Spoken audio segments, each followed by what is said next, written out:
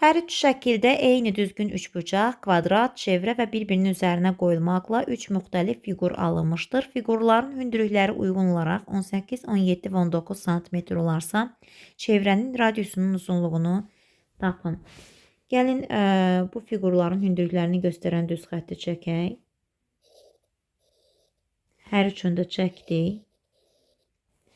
Və bu hündürlüyün çevrə daxilində qalan hissəsini x, kvadrat daxilində qalan hissəsini y, eyni ilə digər şəkillərdə də üçbucaq daxilində qalan hissəsini isə z götürək.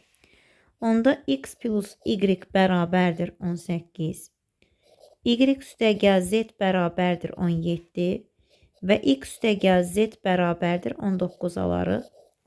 Bizə lazımdır çevrənin radiusunun uzunluğunu tapmaq. Yəni biz çevrədə diametri x ilə işarə etdiyimiz üçün x bölü 2-ni hesablayırıq.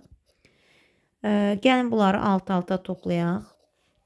Nə alırıq? 2x üstəgəl 2y üstəgəl 2z bərabərdir. 18, 17, 19 da cəmləyəndə 5, 4 yazırıq.